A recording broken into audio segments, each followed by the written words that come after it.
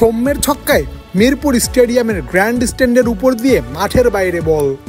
রিপন মণ্ডলের free hit বলে সৌম্যের মাঠ ছাড়া করা ছক্কা যেন ডাবল সিক্সের উপলক্ষ এনে দেয়। এ যেন সেই বিধ্বংসী সৌম্যের পুনর্জাগরণ।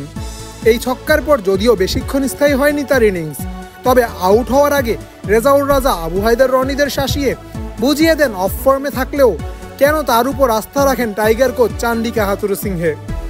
মিরপুর শেরেবাংলা স্টেডিয়ামে লাল ও সবুজ দলের ব্যানারে হয় ভারত সিরিজের জন্য টি-20-র প্রস্তুতি। সেখানে আবু হায়দার রনির একের পর এক বলে সৌম্যের বলকে সীমানা পার। তার ধুমধারাক্কা ব্যাটিংয়ে আলিসাল ইসলাম, রেজাউল রাজারা খুঁজে পাননি কুল কিনারা।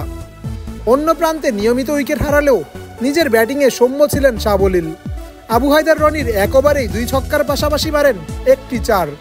পরে বিশাল এক ছক্কায় মিরপুরের গ্র্যান্ড স্ট্যান্ডের উপর দিয়ে বলকে পার করেন মাঠের বাইরে। লম্বা সময় থেকে ব্যাট হাতে বিবর্ণ সময় পার করছিলেন সৌম্য, রান পাচ্ছিলেন না। তবে শনিবার যেন সেই সব ক্ষোভ একেবারে উগরে দেন বাঁহাতি এই ব্যাটার। ম্যাচ শেষ করে যেতে না পারলেও দলকে এনে দেন জয়ের ভিত। 30 বলে 58 রানের জলমলে ইনিংস খেলতে সৌম্য 5 বার বলকে পার করেন বাউন্ডারির বাইরে, আর বিশাল বিশাল ছক্কা হাঁকান 4টি। আসন্ন ভারত সিরিজের আর বাকি কয়েকদিন।